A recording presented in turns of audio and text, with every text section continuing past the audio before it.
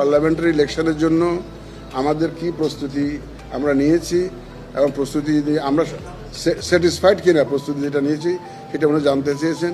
আমি বিস্তারিত জানিয়েছি আমাদের প্রস্তুতি এবং আমাদের রিফর্মস যে বিষয়ে উনি জানতে চেয়েছেন এবং নর্মালি মেজর কী কী রিফর্মস আমরা করার চেষ্টা করছি।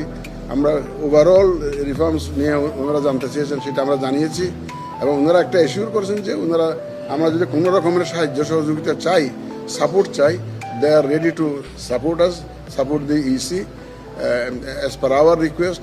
এবং এটাও বলছেন যে কোনো যদি প্রয়োজন হয় আমাদেরকে কল করবেন, কল করে আপনাদের প্রয়োজনটা জানাবেন।